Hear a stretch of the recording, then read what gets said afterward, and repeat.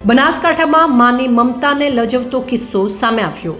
બે બાળકોની માતાએ પોતાના પ્રેમી માટે બાળકોને તરછોડ્યાનો વિડીયો વાયરલ થયો। પોલીસ મથકમાં જ બાળકો માતાને આજીજી કરતા રહ્યા અને માતાએ બાળકોને હડસેલી પ્રેમી સાથે જતી રહી।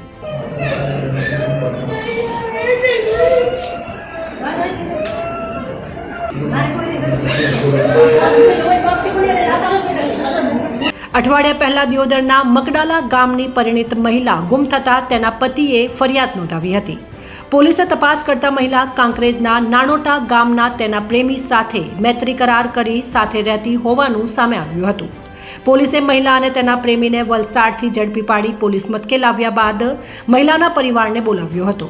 મહિલાને મનાવવા તેના બાળકો હાથ જોડીને રડતા રડતા આજીજી કરતા રહ્યા, પણ નિષ્ઠુર મહિલા ઉપર તેની કોઈ અસર ન થઈ।